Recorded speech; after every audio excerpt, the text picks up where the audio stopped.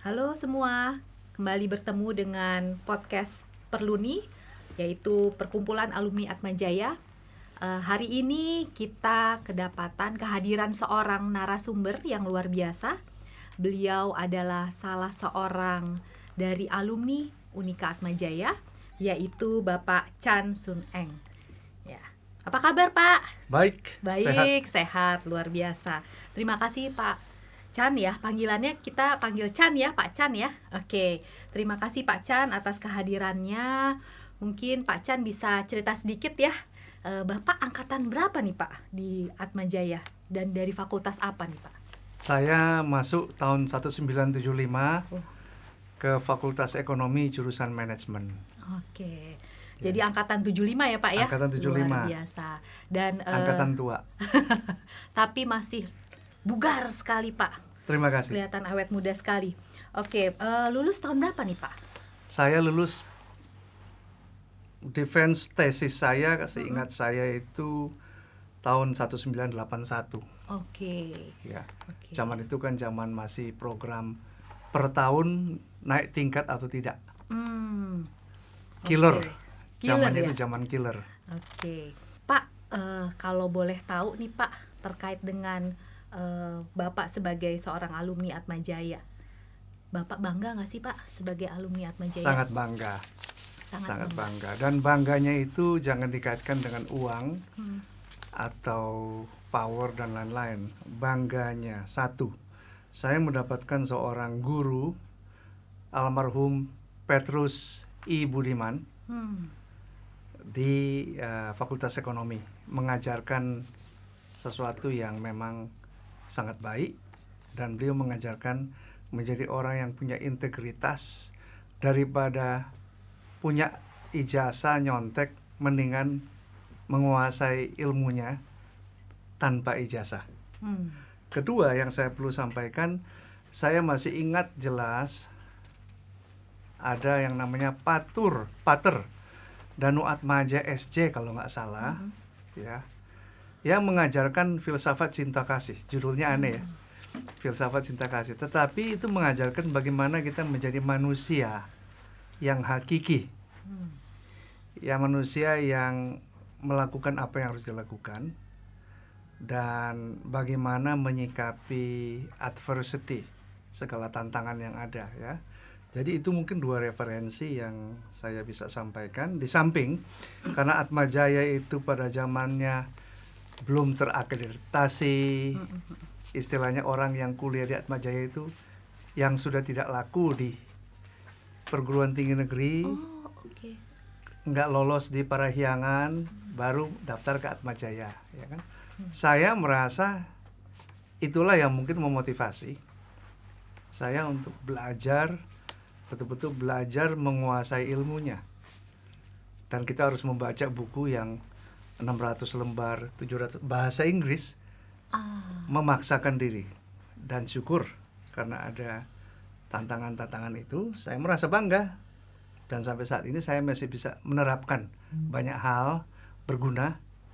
Dan oleh sebab itu ya saya menyiapkan diri saya juga untuk membantu Atmajaya bila mana diminta bantuannya. Seperti hari ini ya Pak ya? Luar ya, biasa. Antara lain.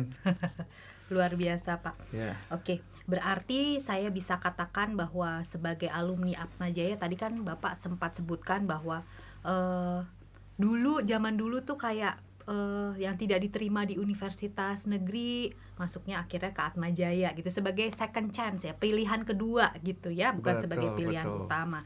Tapi kalau di dunia kerja Pak, setelah Bapak lulus ya, di dunia kerja tidak kalah dong Pak. Tidak. Para alumni-alumni kita dalam bersinergi dengan perusahaan-perusahaan besar. Betul. Tidak kalah, dan saya menemukan malah angkatan-angkatan yang baru yang saya sempat rekrut, yang memang betul tidak membuat nama Atmajaya jelek, tapi baik ya. Tetapi itulah orang-orang yang memang secara serius menekuni tugasnya sebagai mahasiswa, belajar sebagaimana mestinya, bukan sekedar untuk dapat ijazah. Dan orang-orang itulah yang mengharumkan nama Atmajaya. Banyak dokter juga yang saya tahu ya, tamatan Atmajaya. Ya karena mereka memang berjuang mati-matian, tidak terlepas dari jasa Atmajaya juga. Oke. Berarti bisa dikatakan bahwa Atmajaya ini bukan saja memberikan ilmu ya Pak ya, tetapi nilai-nilai ataupun pendidikan karakter ya sejak Benar, dahulu yang memang benar. sangat menjadi unggulan terutama Betul, ya. betul. Oke. Nah, kira-kira kalau menurut Bapak sebagai seorang alumni Atmajaya, kira-kira program apa sih mungkin yang bisa disarankan gitu ya bagi kerjasama antara Universitas Atmajaya dengan para alumni gitu ya, sehingga lulusan-lulusan ini semakin dikenal begitu Pak? Ya. Banyak hal yang bisa dikerjakan oleh Unika Atmajaya, dan menurut saya tidak terlepas dari program yayasannya juga ya, the mother organization-nya. Perlu ada kejelasan bagaimana bersinergi dengan para alumni yang seingat saya pernah dengar ada 40 ribuan alumni Unika Atmajaya ya. Secara jumlah banyak sekali. Nah, tetapi bagaimana bersinergi itu semestinya datang dari yayasan dan Unika Atmajaya. Dalam arti kata mencari keluar mereka-mereka yang dapat membantu, namun dengan catatan jangan langsung kelihatan akan meminta uang, meminta donasi dan lain-lain ya. Karena kalau sifatnya advice, sharing pengalaman, itu banyak yang mau. Dan banyak alumni kita, top eksekutif, profesional di luar sana yang syarat dengan pengalaman yang bisa disinergikan. Mereka akan willing. Ya, itu mulai dengan situ dulu. Bila mana Atmajaya dipandang oleh kebanyakan orang memiliki arah yang jelas, tidak membebani alumni, dugaan saya para alumni yang lain akan terpanggil karena mereka akan bangga dengan reputasi Atmajaya. Saat ini mungkin kalau ditanyakan masih banyak yang concern. Nah, itulah tugasnya, bagaimana bersinergi. Itu mungkin pandangan saya sekilas. Oke, baik. Nah, di dunia kerja itu kan kadang-kadang kan sebagai seorang fresh graduate gitu ya dari Atmajaya gitu ya.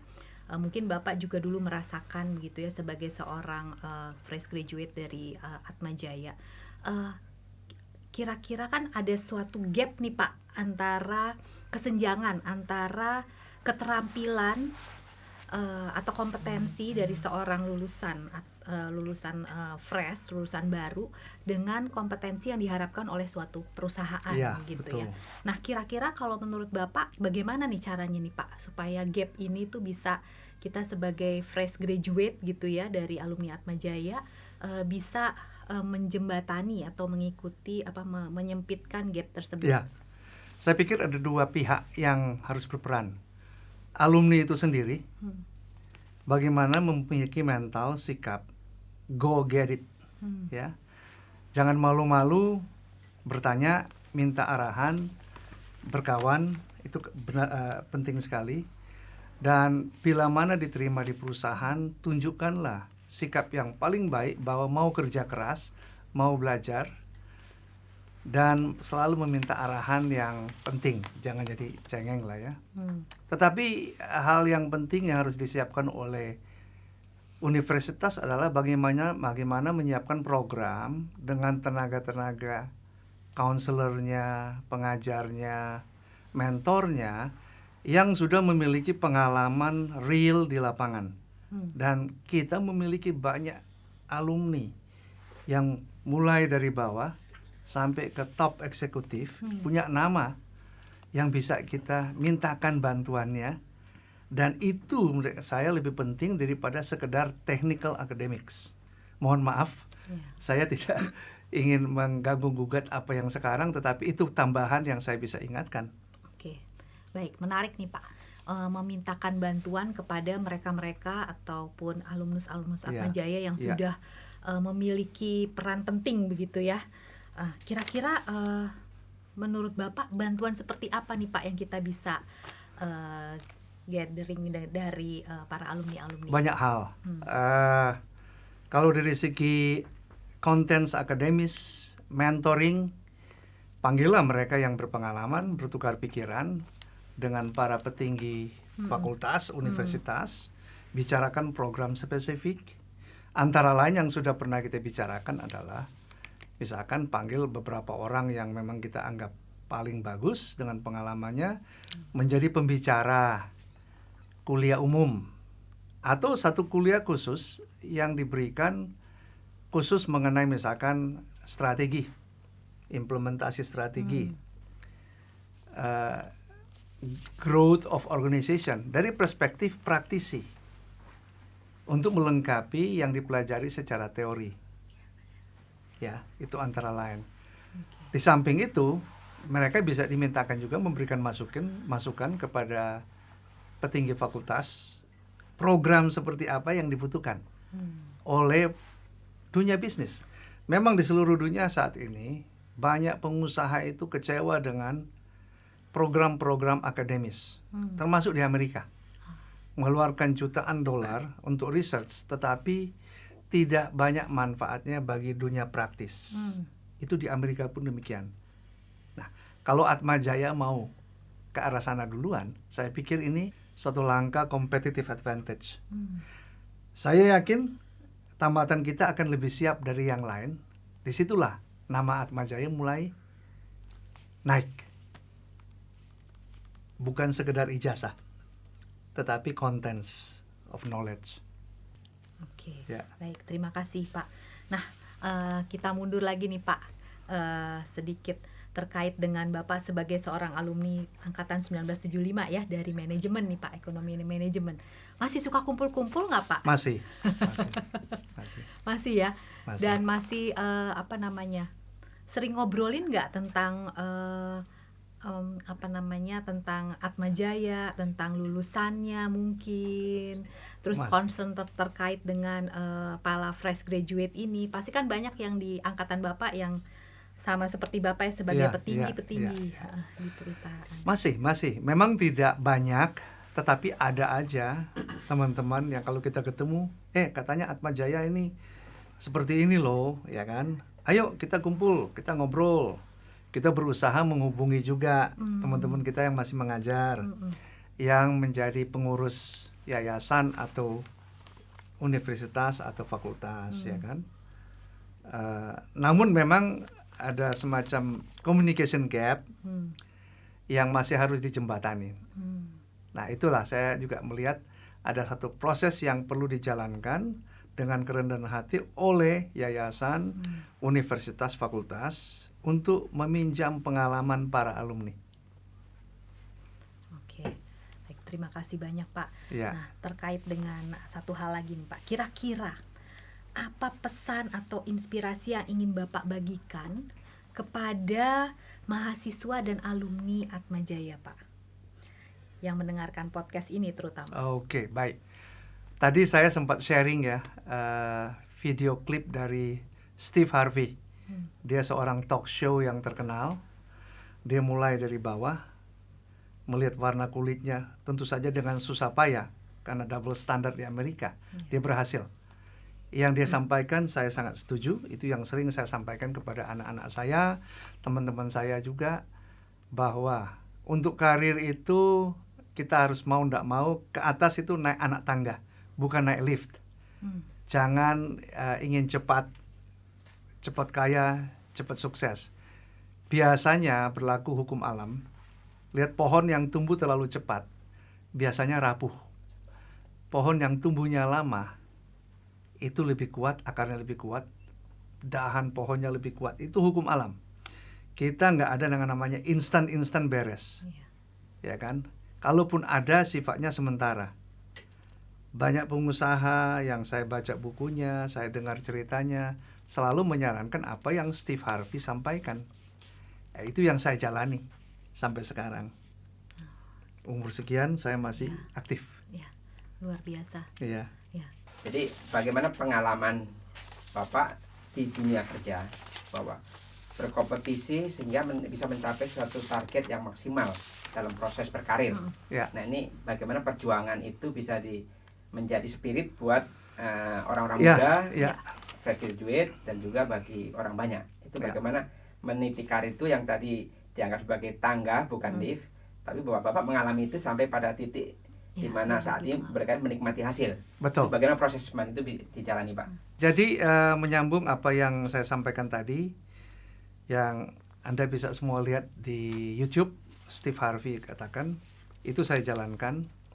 Antara lain begini, setiap kali saya berkarya, bekerja, saya secara serius menjalankan melebihi apa yang diharapkan orang, atasan atau pemilik, ya. Dan sebaik mungkin dengan kerendahan hati, bukan bersaing secara politik. Karena apapun yang kita kerjakan baik, biasanya tinggal menunggu waktunya akan menghasilkan sesuatu. Harus bersabar. Jangan cepat-cepat lari tawaran yang sedikit lebih tinggi gajinya langsung lari ya. Karena orang perlu pembuktian, kesetiaan, dan konsistensi, sustainability of competence. Jadi saya selalu melakukan yang terbaik, melebihi, dan menjadi resourceful, sehingga dalam banyak hal saya menggunakan prinsip knowledge is power. Kalau kita punya knowledge, kita punya banyak pengalaman, secara langsung tidak langsung, sengaja tidak sengaja, kita punya influence, power. Dan itu saya jalankan. Sehingga satu saat orang akan melihat memang pada akhirnya kita mempunyai bargaining power tanpa kita harus menonjolkan.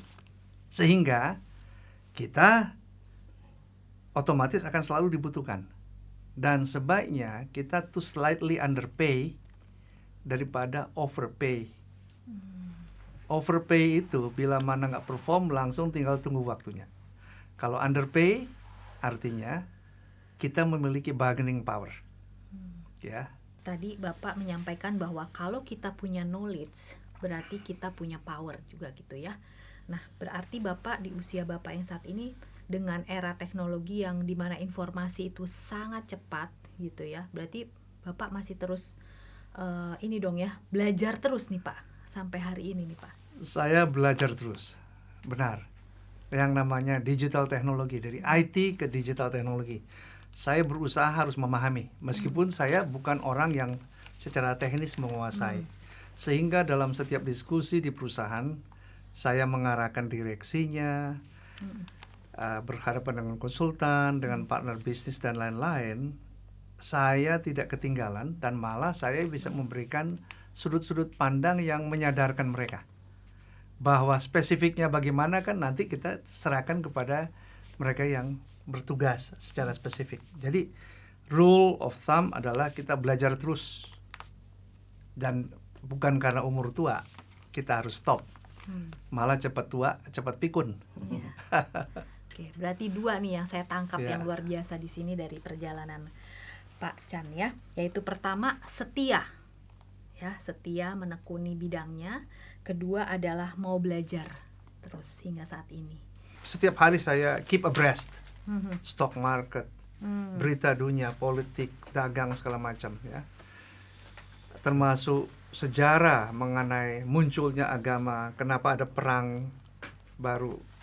Tadi pagi saya melihat sejarah mengenai terbentuknya negara Israel. Tidak seperti yang kebanyakan orang bayangkan. Nah, penting kita mempunyai knowledge yang pas. Jangan setengah knowledge ya.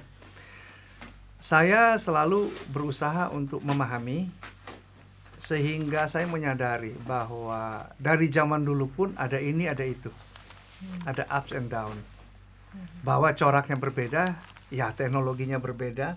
Sekarang bumi ini diisi oleh sekitar 8 miliar manusia. Mungkin tahun 2050 menjadi 9 miliar manusia. Zaman dulu baru mulai, mungkin yang mulai civilization baru less than 100 million dan lain-lainnya. Tapi ada aja tantangan.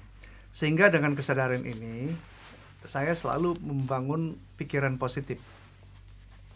Krisis tahun 98, tahun 2008. Dan perusahaan selalu ada ini, ada itu, ya, tantangan. Itu biasa. Kita siap mental, kita hadapi, Dan saya percaya bahwa manusia diciptakan Tuhan dengan otak yang ada itu kapasitasnya masih sangat besar, yang belum kita pakai sepenuhnya. Asal kita mau mengasah terus, kayak besi di tempat terus, pasti ada jalan keluar. Dan selalu dari pengalaman saya, yang orang lain sudah give up, karena saya tekunin, ternyata, Berbuah. oh kok Anda membuat kita surprise ya selalu. Surprise in the good sense. Tidak selalu perfect, tetapi secara statistik lebih banyak ada hasilnya. Jadi pikiran optimis, positif itu penting. Dan jangan merasa capek kalau ada tantangan. Saya selalu di kantor bicara dengan direksi bahwa jangan pakai kata problem. Kita punya tantangan baru. Karena problem itu konotasinya cenderung membuat kita paralyzed. Langsung diam, banyak berdoa tanpa bekerja. Saya tidak menyangka loh Pak, waktu pertama kali bilang angkatan 1975 itu saya, masa sih Pak? Ya. Rambutnya dicat soalnya. Tetap masih luar biasa, masih sangat bugar dan Ya. ganteng. Terima kasih. Ya, pikiran kita harus tetap positif ya. Ya, baik. Terima kasih banyak Pak Chan atas waktunya. Terima kasih atas kesempatan ini. Baik, semoga sinergi antara alumni dan Atmajaya masih dapat terus berkembang ya Pak ya, dan menciptakan Dan program-program. Atmajaya harus berjaya terus. Iya, Jangan stop. amin Pak. Terima kasih. Terima kasih banyak Pak Chan. Ya.